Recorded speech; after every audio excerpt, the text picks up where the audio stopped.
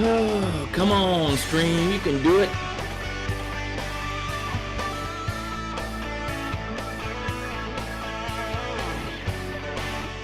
There you are. Good to see you this morning, stream.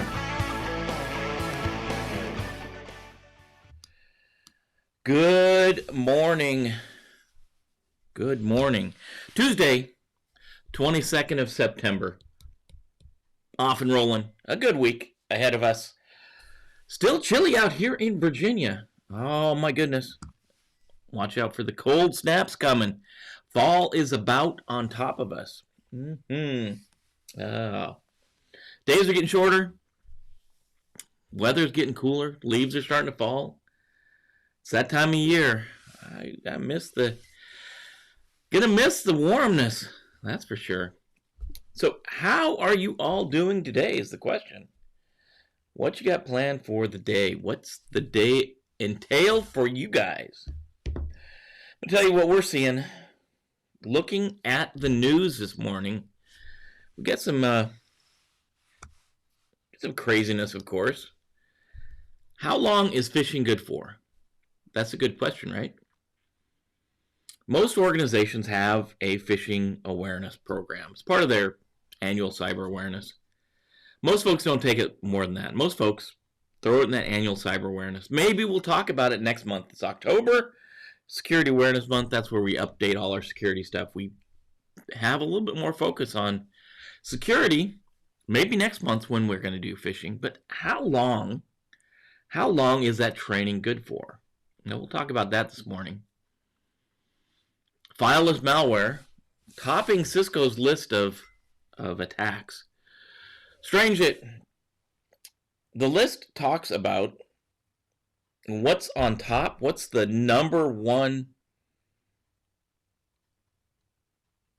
attack vector by volume, but not necessarily by impact. So we gotta kind of meter that. We gotta meter that. So there's a report out from Cisco. So we'll dig into the details of the Cisco report, determine what it's all about, and then we will finish off talking about sanctions against Iran and what that could mean to you.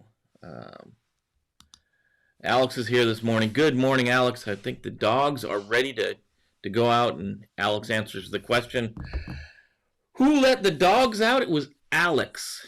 Alex who let the dogs out. Finally, after all these years, we figured out who did it. It was Alex.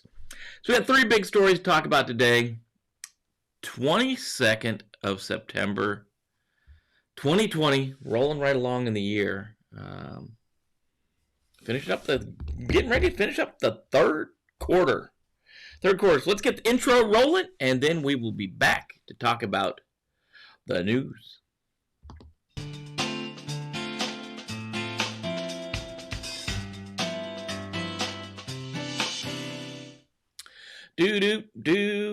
Alex is saying dogs are fed and walked, and half his daily tasks may be over. I don't know. Oh, so we do this exercise, and some of the, I'm gonna be honest, guys, some of the things we do in security are almost half-hearted. And I'm going to say end user awareness, end user training, end user education. Sometimes in some organizations is a half-hearted event.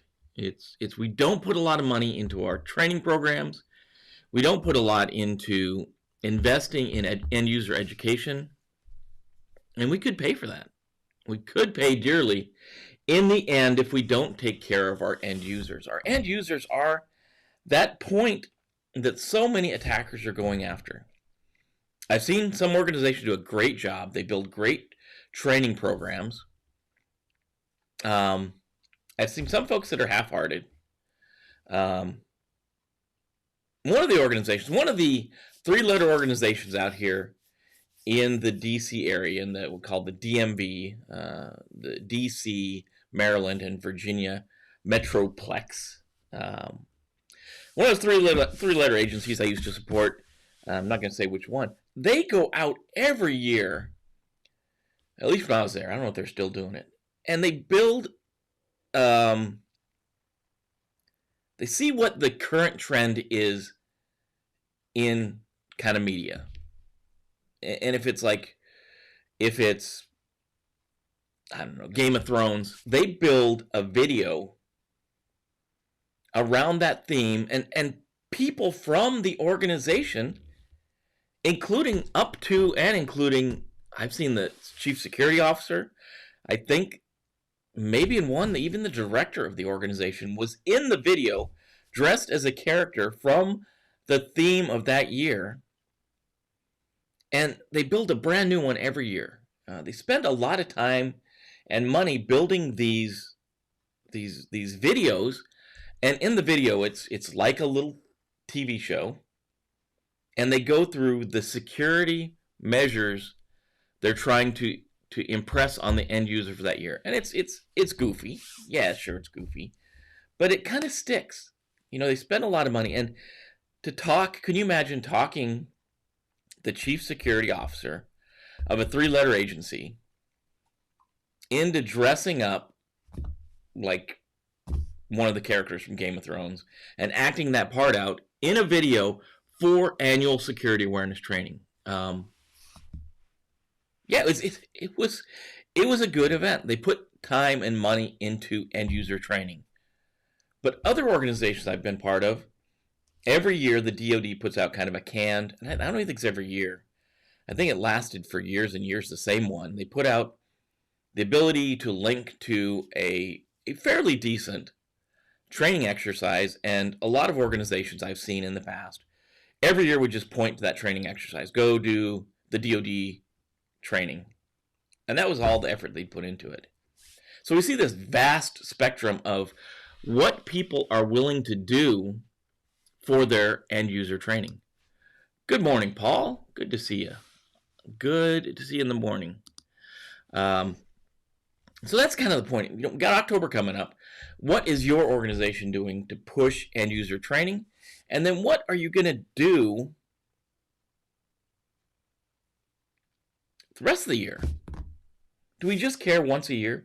Do we care that we meet that metric, that we can tick the box that everyone in the organization has done their end user training, and that's all we care about? Or do we really care that the end user is not going to click that link, that the end user is not going to plug a thumb drive in, that the end user is not going to browse a malicious site and make our jobs harder?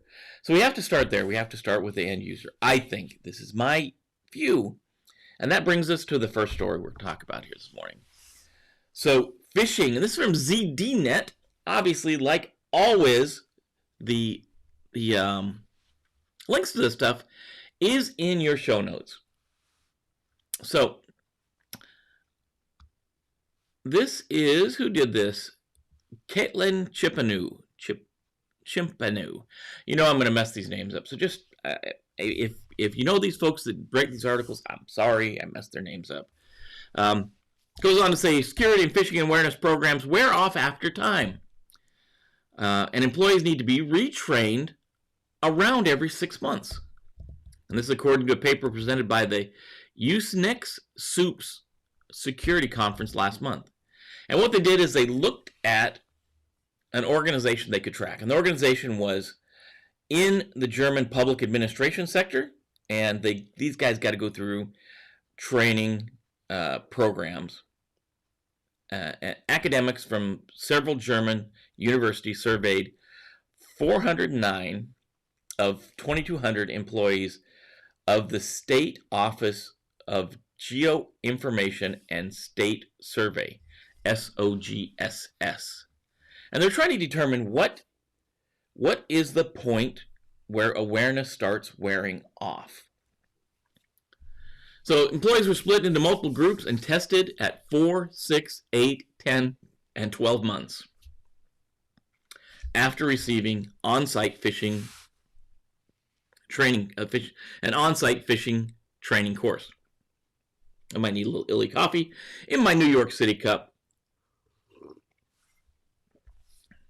So we got these groups. We took these 400. I'm going to say 400. It's 409. We take these 400 people. Some we're going to check at 4 months, 6 months, 8 months, 10 months, and 12 months, and see where the effectiveness of this training drops off. So the research team found that while survey takers were able to correctly identify phishing emails after 4 months following the initial training, it was not the case after 6 months and beyond. And that's why they're recommending new training. So really they're finding the sweet spot for training is at 6 months, right? At 6 months we need to retrain. Oh, Eric, good morning. Good morning. Good morning to you, sir. So we found that 6 months is the place, right? They go on to say researchers developed their own reminders in order to replenish the employees' phishing awareness and knowledge, which they then use to retrain employees after taking the survey again at 6 and 12 months. Developed 4 different ones, they say 4 different training modules. 4 reminder measures were distributed to 4 groups, 1 per group. 1 reminder was text, 1 was a video, 1 was an interactive example, and the last one was short text. So we get 4 different groups now, and we sent them all these reminders. So it goes on to say, the researcher goes on to say, really, 12 months after the tutorial, we compared the knowledge retention of the 4 reminder groups. Among the 4 reminder measures, the video measure and the interactive example performed the best, with their impact lasting at least 6 months after being rolled out. So academics concluded while training employees in detecting phishing emails might help organizations fend off some of the attack, this training needs to be cyclical, with training sessions repeated optimally every 6 months using interactive or video training measures. And if you want to read on, there's more. PDF is linked in the story from ZDNet, but it brings us, this point, we build all these technical measures in place. We go out as security folks, as risk folks, as cyber folks. We go out and we buy the $1 million, the multi-million-dollar tool, the software, the monitoring thing, and we put it in place. We say, this technical measure is going to be the one that does the thing we need it to do. And we buy into that. We buy into the salesman's pitch, the salesperson's pitch of what is going to make security work. But I'm going to keep going back to this. The base security principles have to be met. And that's, we have to train our end users. And we have to go a little further than that. We have to have role-specific training. If we have developers in our organization, those developers need to have developer-specific training. And we can be as simple as taking something like the SANS top 10 coding principles, or OWASP top 20, and say, okay, our organization, we have developers. We're going to take OWASP's top 20, and that's going to be the basis for where we start our training program. If we have system developers, we'll follow along with the same thing. Maybe we take the SANS, I know it's the CIS now, top 20, and we start building that into our training program. Our end users, they need this end user training. Look out for phishing. How do we know what phishing looks like? How do we handle data correctly? We need to have a program that's specific to the risks for the time period we're on. We don't want to have, some of the organizations I've seen, especially in the DoD, where they just say, okay, we've got to check the block. DoD has a program available. Let's just have everybody go through it, and when they go through it, we'll check the blocks, and we're done. We're done for the year. That's not taking care of people. We got to take care of people.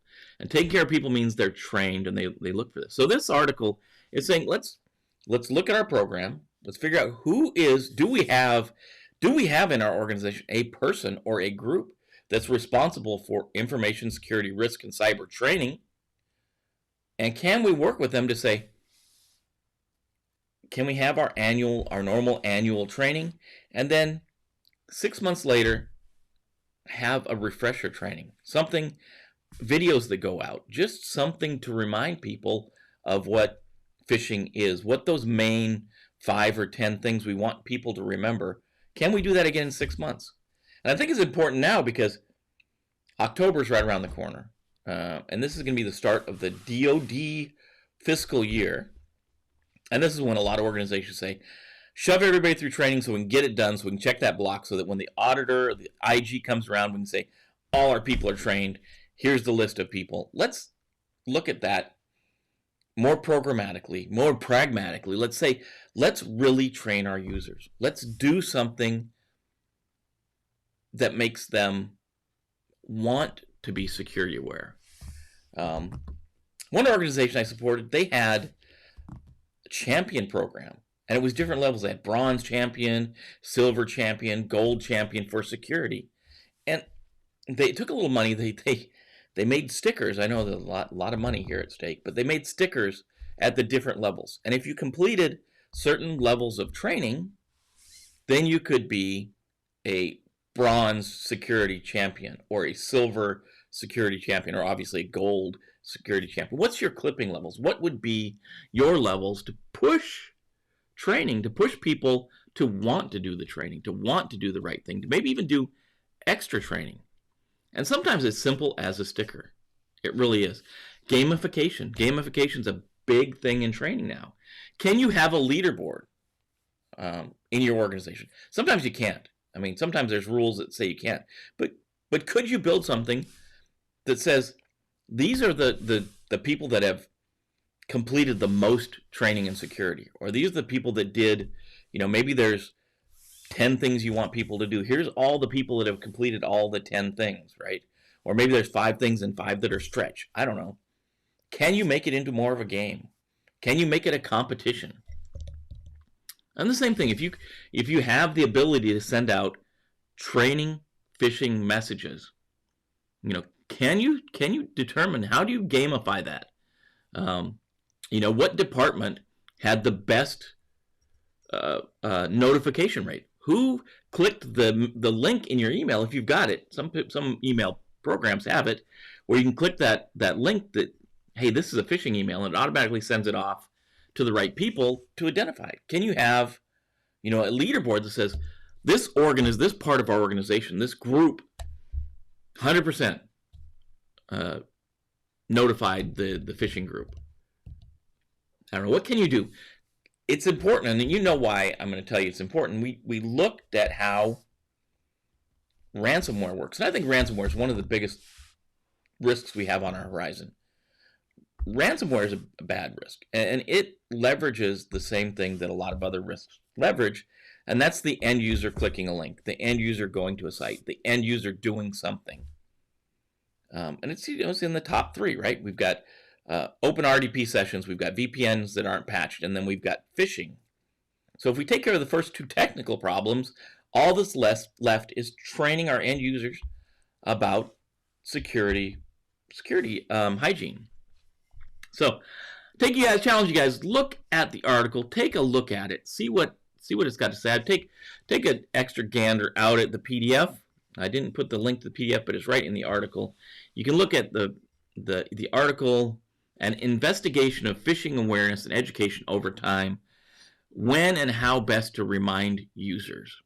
I think, if you can do it. I know a lot of people don't like getting in front of video. I am one of them. I'm not, I'm here every morning, but I make a conscious effort to come here, get in front of video. It's not comfortable for most people, but get in front for the greater good. Get in front of the camera and do a video about phishing. Talk about, heck, do your regular training in October, which a lot of people are going to do here next month. But maybe next April, have something that says, hey, it's Jim. I'm here. I want to talk to you about the different types of phishing. This is phishing. This is spear phishing. This is whaling. This is vishing. These are the different things that the bad guy's going to do to come after you. And maybe take 5 minutes, talk about it, have a little PowerPoint set up. I don't know, Alex, do you think that might even be something worth building a little PowerPoint we can just make available to you guys to take to your organization and do that in April? Help the community go forward. I know Alex, I rely on Alex a lot because he helps me stay grounded. So Paul, I'm from your Paul and Eric, you're here a lot as well. So what do you think? Do we build a PowerPoint that people can take back to their organization and cover those key salient points in April? Maybe we put a reminder on the calendar. April's I'm gonna say, out here in the DC Metroplex, out here in the DMV, a lot of people are going to do their awareness training next month during Security Awareness Month. That means April's going to be 6 months from now. Do we put a calendar on a note on the calendar 6 months from now? Drop a PowerPoint that everybody can take back to their organization and train. I love when I see the comment come in here and it just takes me a minute before I can put it on screen. There we go. So Sierra's saying, depending on your company, maybe you could have a prize for the first folks to spot the monthly training phishing email. Yeah, that's great. And I hesitate to say that, and the only reason I hesitate to say that is because there's so many folks around here that are in government organizations that can't do that. But if you can, that's awesome. And some government organizations can. I worked for a company called Express Scripts out in St. Louis. I'll throw their name around because it's a pretty good thing. And it was October, it's Security Awareness Month, and I was in the security group. They would get the coolest stuff in. I'm talking about like nice binders. I don't know if they're leather, but they looked like they were leather. The kind of portfolio things. They had the Express logo on them, Express Scripts logo, and then they had it was like, I don't think it said security awareness, but it had some kind of security tagline on it that was really cool. They had cool big coffee mugs that they would give out, like the insulated, nice coffee mugs. They had about 10 different things they would give out, and I was looking at it, I was like, these things are awesome. And on the security team, we couldn't get any of them. We were excluded from competing, but they gave away some really, really good stuff. And you're right, Sierra, if you could do that, if you have the ability in your organization to do that, if you have budget to give stuff away, and maybe it's just the first people, like you're saying, Sierra, maybe it's the first people, or maybe it's the first group. Maybe you make a cheesy trophy. The organization, the first group in your organization, the first department to do something gets this goofy trophy, and it moves around year to year. I don't know. There's some way to keep these things going. Alex, always we got a rolling list of stuff to talk about, Alex, as always. I think it'd be great, Sierra. That would motivate people to have to critically look when they receive phishing emails. Yeah, we can look at those emails. Sometimes, if you look at them, they just, something is off. And it tells you in the back of your mind, you're like, something's off here. But yeah, it looks like we got the point when people are trained, and then we've got kind of this hump. I'd like to see this, it might have to look at the article, see if they've got a graph, if it tapers off, or if it's kind of a steep drop off at 6 months. Yeah, great. So I thought this was a good article. Good article to talk about because we talk so much about ransomware. But it's not just ransomware. It's any type of attack can leverage phishing as the exploit they use to get inside your organization. And some organizations, both white hat and black hat, and probably gray hat too, they have that social engineering is kind of the emergency cord. If they can't get in any other way, they use social engineering because they know it's always going to work. Some organizations just exclusively go to social engineering. Do I think that's right? It's got its use, but it's not really fully testing the technical capabilities of a system. I think you need to have phishing in there, but it might not be the first method of doing like red teaming or pen testing. That's my view of things. I think have it in your in your bucket of attack techniques, but maybe not the primary one. The first one you go to. Number dos today, our second story. Let's wait for Sierra's comment to come in before we jump on the second story.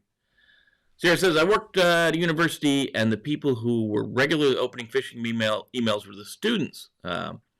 People who have grown up with tech seem the most inept at recognizing its risks. I wonder why that is. You think they would, since they've been around it so much, they would be a little more resistant to it. But you're probably right, and maybe it's part of that. Students generally are younger, and even in like physical risks, go out and doing risky things. Younger people are more adept or more likely to go out and do risky things, and maybe that's just carries over to this. I don't know. It's a good point though.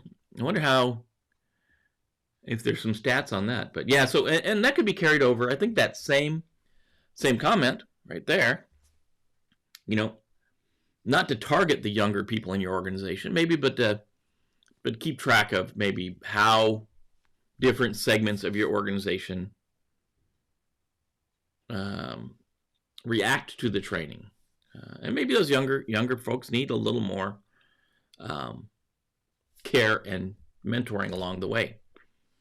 And that becomes a task for those folks that are down the line. Those first line leaders have to be the ones that stress that type of training, I think. But that's a good point. Good point, Sierra. Thank you so much. So awesome. So Cisco has its report out. So for the first half of 2020, the most common critical severity cybersecurity threat to endpoints was fileware. Hold on a second. There we go. Drink coffee will help. So the most common critical severity cybersecurity threat to endpoints was fileless malware, according to a recent analysis of telemetry data from Cisco. And we say the fileless malware is something that generally just resides in memory, in RAM memory. And it doesn't actually put a file on the information system, on the system we're working about. Doesn't put a file there.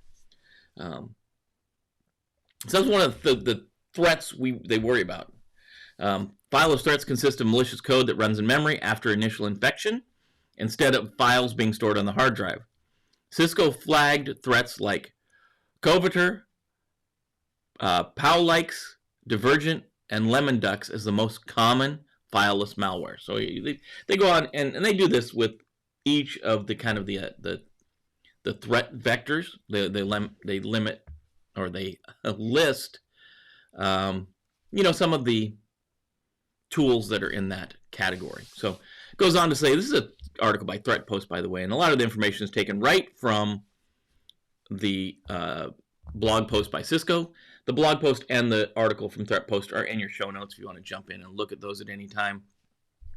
Fileless threats consist of another prevalent critical threat to the endpoints in the first half was dual-use tools that are typically leveraged for both exploitation and post-exploitation. Examples in circulation include PowerShell Empire, Cobalt Strike, PowerSploit, and Metasploit, according to Cisco. Oh, really? That was kind of quiet. I always have the sound effects turned down because that's the music in the beginning. Oh, really? Yeah, if I don't know, dual-use tools, dual-use tools, these dual-use tools like Cobalt Strike and PowerSploit and Metasploit, I mean, obviously they're going to be in the top. White hat, gray hat, black hat, any of these weird hats that they have. I saw this post now. There's a lot of different colored hats now that are out there. Green hats and all kinds of weird stuff. But anyways, I'm going to stick with it. Black, gray, and white hat hackers. Any of the folks doing pen testing or real live, like the threat actors we're worried about, they're going to use tools like Metasploit, Powersploit, Cobalt Strike, on top of Metasploit. I don't use it. There's so much functionality in those tools. Of course, they're going to be a prevalent threat. Thanks, Cisco, for that. But it's showing that it's out there, and people are using those tools. While these tools can be used for non-malicious activities, such as penetration testing, bad actors frequently utilize them. And we saw an article about a month or two ago where it talked about some of the APTs, especially the APTs out of China, not building their own tools so much, but relying on open source and commercial tools like this.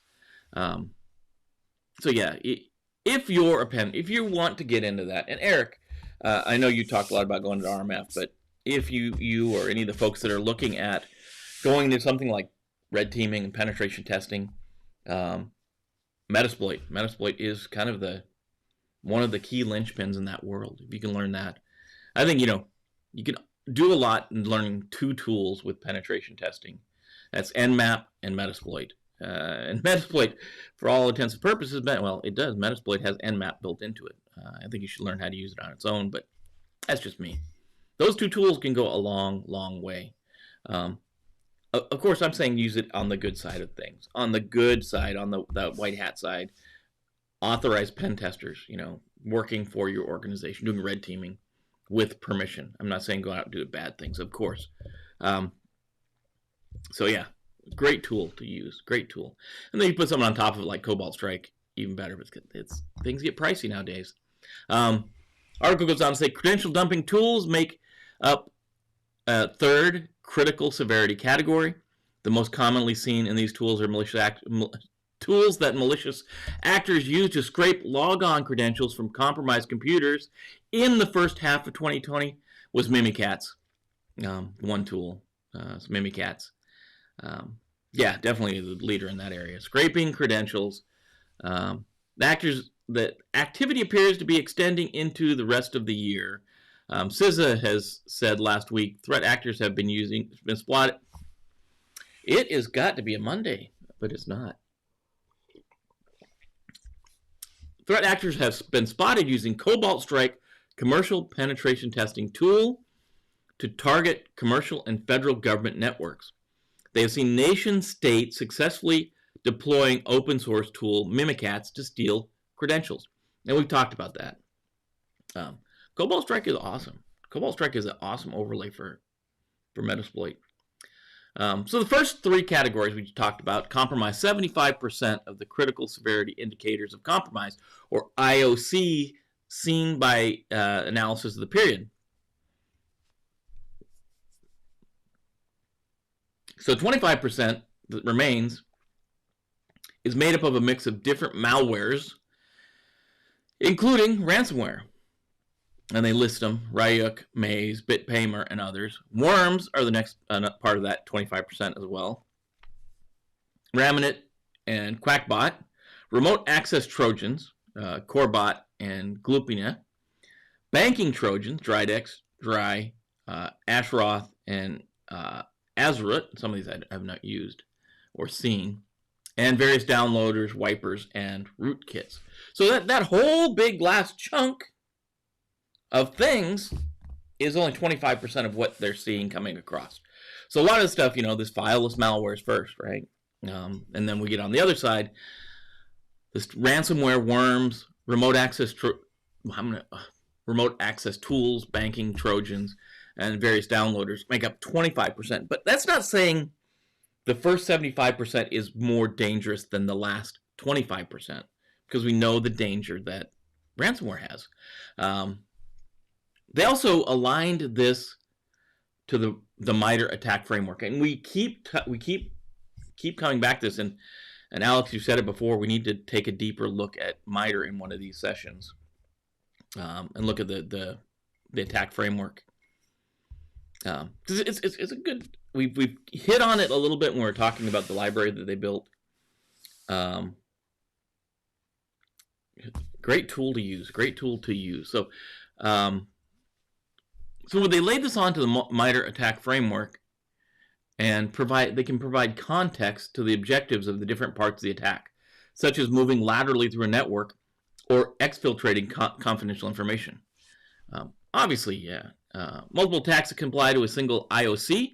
For example, an IOC that covers dual use, such as PowerShell Empire, covers 3 tactics: defense evasion, execution, and credential access. So it's saying it can hide activities from being detected, it can run further modules to carry out malicious attacks, and it can load modules that steal credentials.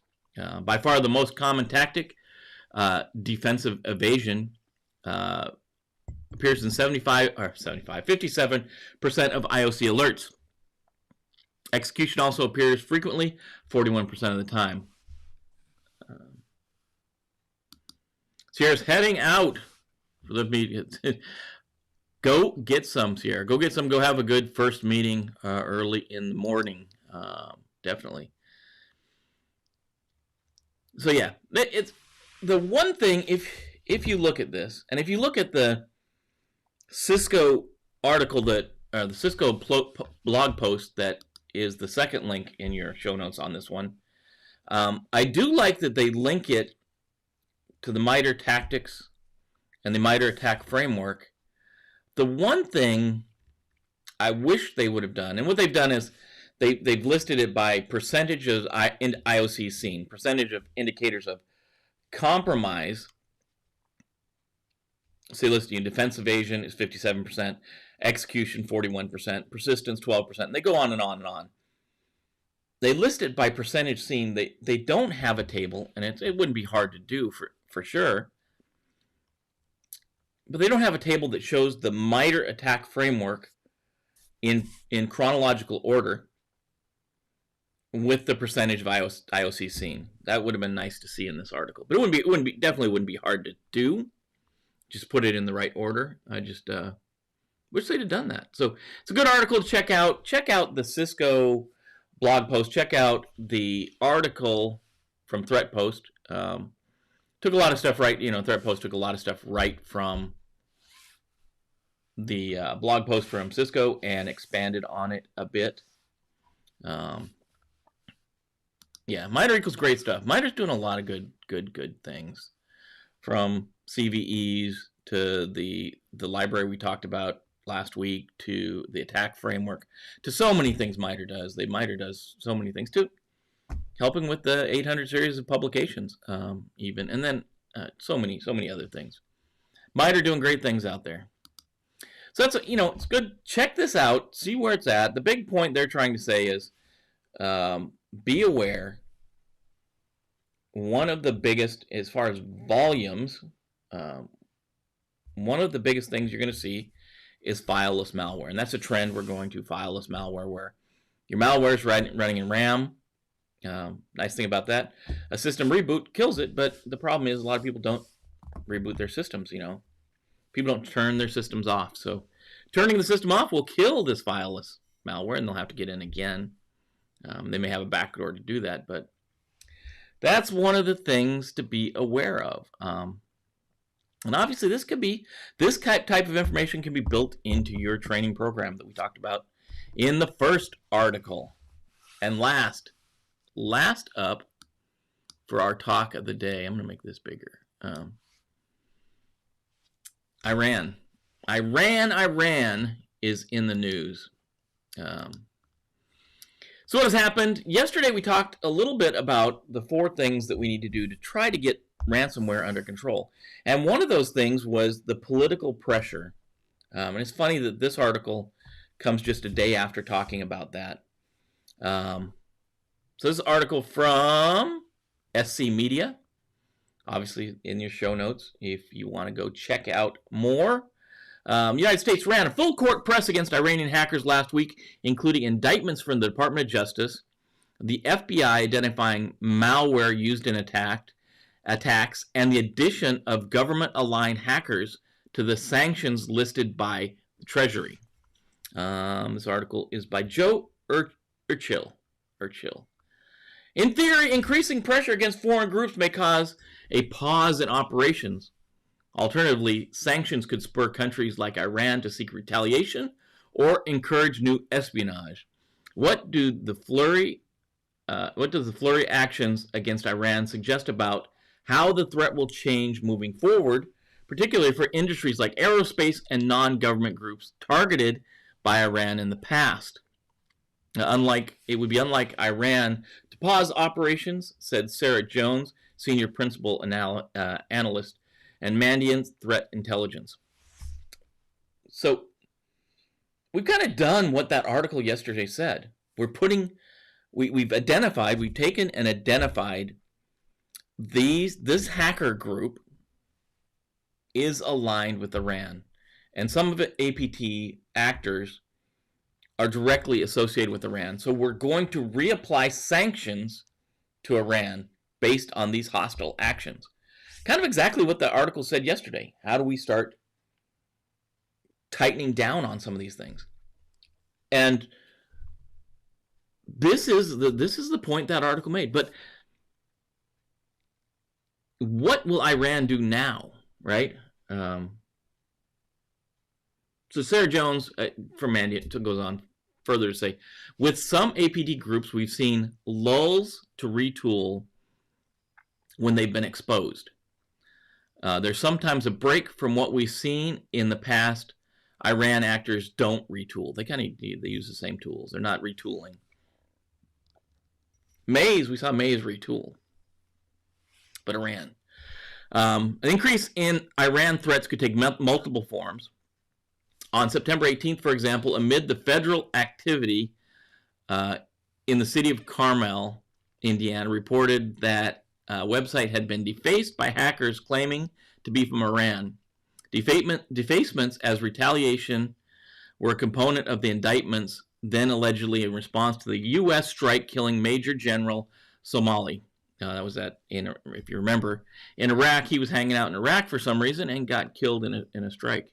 So Iran allegedly got mad and attacked some websites. Federal actions show a full range of actors who might respond,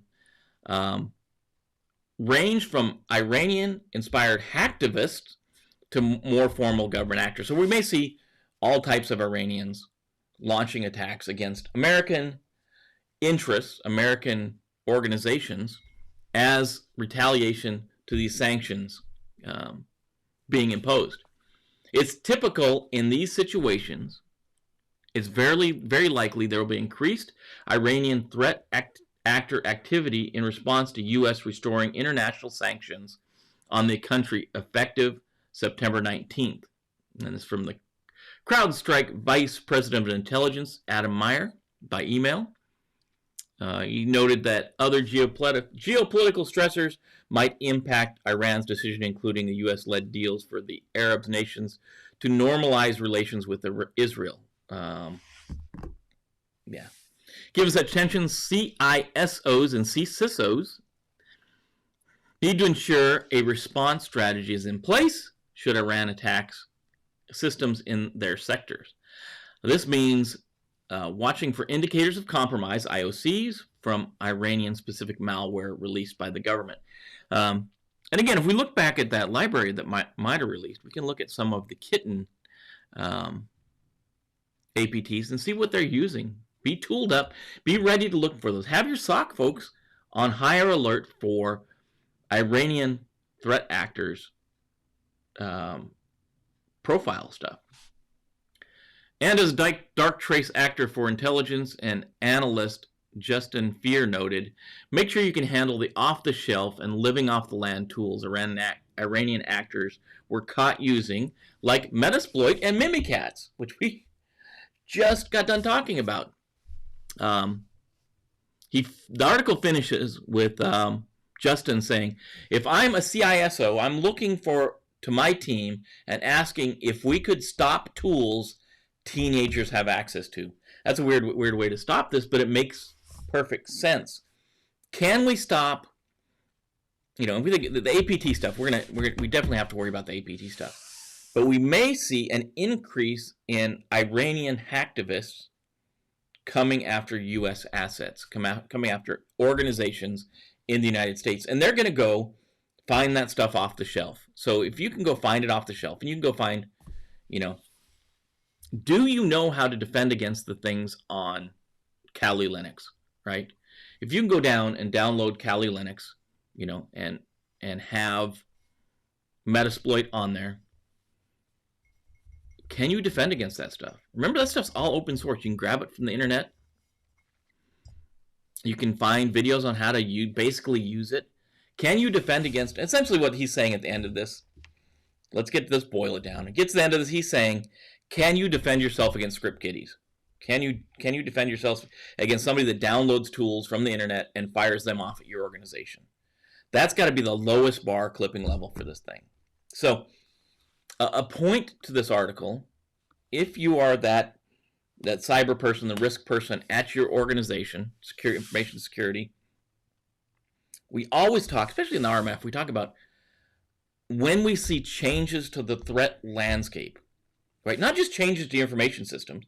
Our change management program looks for changes in the information system, like we add a new feature or we update things or we add patches. That's one type of change.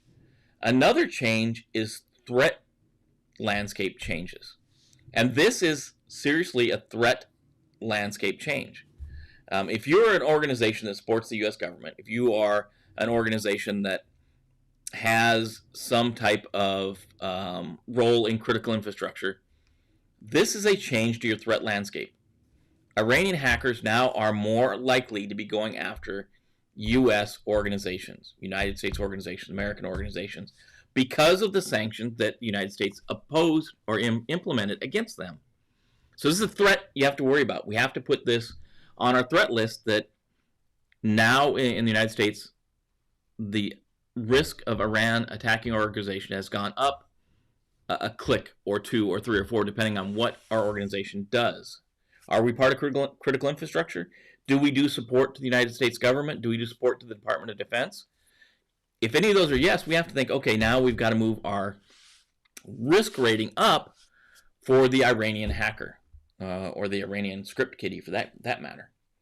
So that's something to be aware of. That's something to be looking out for, because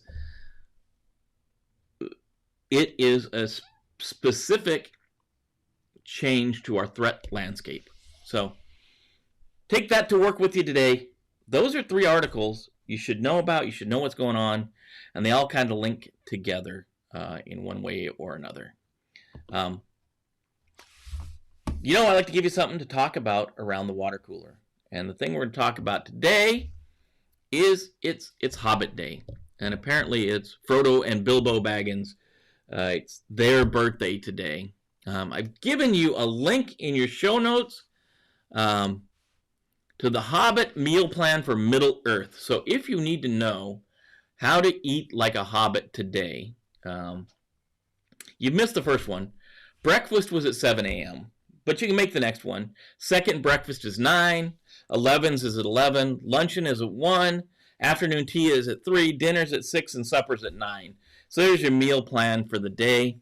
The link also has, when is Hobbit Day? It's obviously today, the 22nd.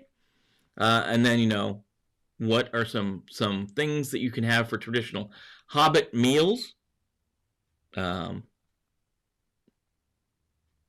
Yeah, there's all kinds of stuff on here. So your meal plan for the day is included Hobbits, obviously that's the Lord of the Rings trilogy, J.R.R. Tolkien. Hobbit Day, definitely impact on the geeks world. Hobbits are definitely an impact on most folks in security and computers. So that's your rundown. Lafayette, let's put you on screen. New to the show, welcome. Lafayette, hopefully I'm saying your name right. Obviously, I'm going to tell you right now, folks, if you're new to the show, I mess your name up, let me know. Lafayette, I'm going to think that's what it is. I'm new to the show. Break what I need to know down really quick for me, please, and thank you. Where can I see the archives? It's funny, Lafayette. You are a man with a mind-reading capability. I can tell you that right now. The archives are all on YouTube, but what we're doing, and it's taken a lot longer than I thought, is on the website, and somebody pointed out I don't say the dash enough. It's cyber-recon.com. So it's not always, there's a dash in between. On cyber-recon.com, we're building out an archive list that's going to have not only the show notes, but some other links that are included. Like everything else, it takes a lot longer than you would think. Lafayette, welcome to the show. There is a playlist on YouTube. Go to YouTube. The YouTube channel is YouTube/Cyber-Recon without the dash. Is it without? Maybe the dash is, and I think the dash is in Cyber-Recon. Cyber-Recon on YouTube. Sorry. Let me make sure I got that right.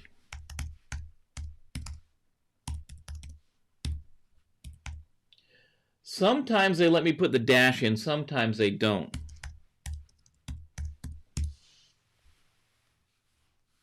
Okay.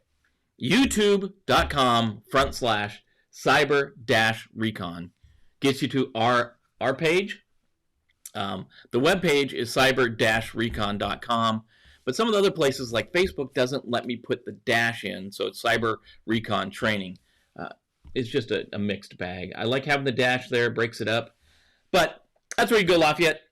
There is a playlist for all of the Cups of Cyber, and you can see the transition, how we've changed over the last almost year. I think we've been doing this since January. So, yeah, welcome to the show, Lafayette. Good to see you this morning. Oh, I should have told you that. Yeah, every morning, every single morning, 7:30 a.m. East Coast time, we're on. Used to last about a half hour. Now it lasts about an hour.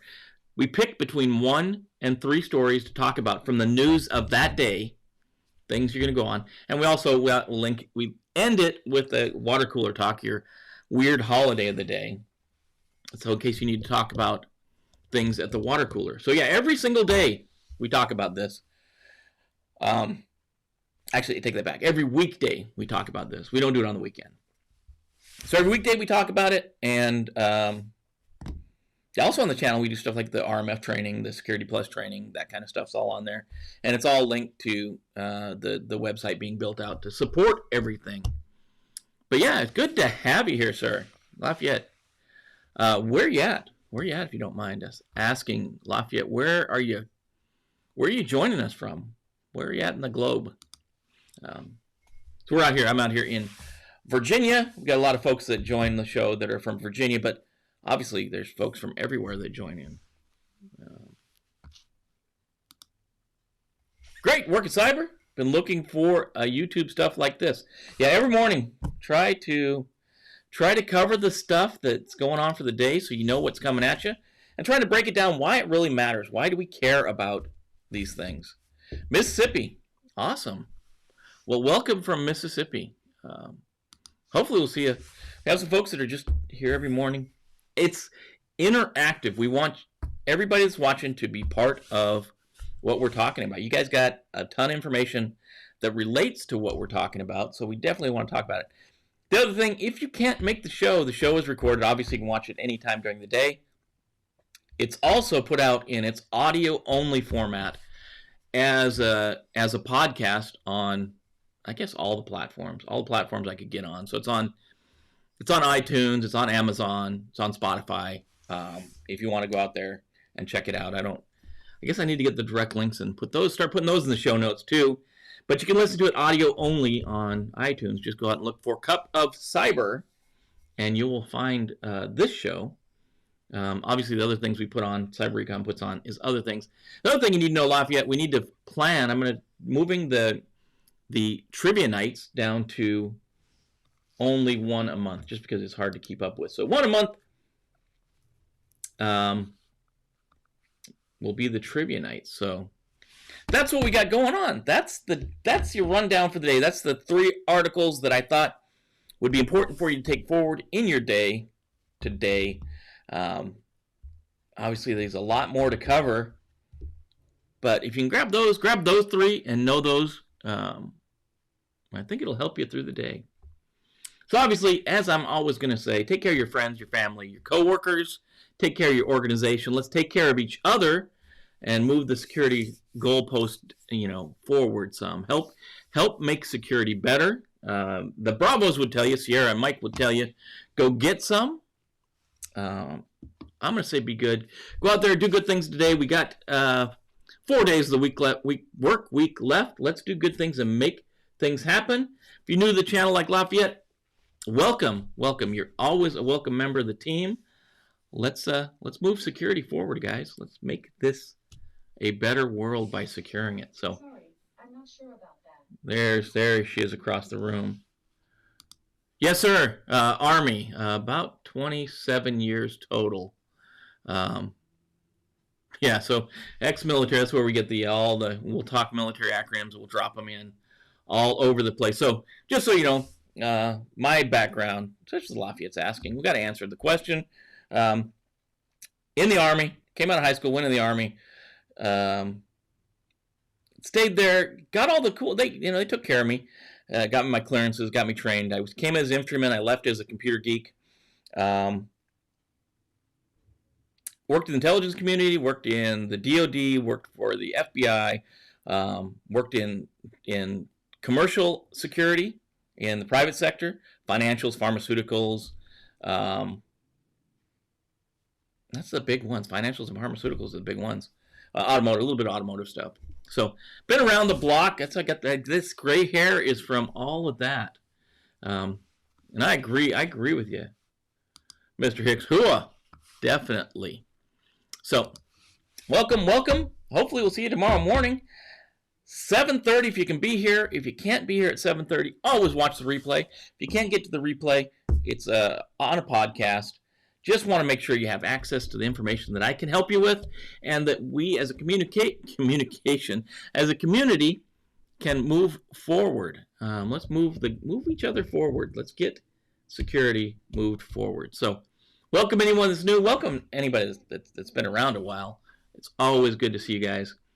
Yeah. Yeah, it's Eric. You guys keep me. Eric's laughing. Anyways, let's get out there and take care of the day. I will see you guys tomorrow morning, 7:30 Eastern Time. Same bat time, same bat channel. We'll be here to take on the security challenges of the day. See you tomorrow.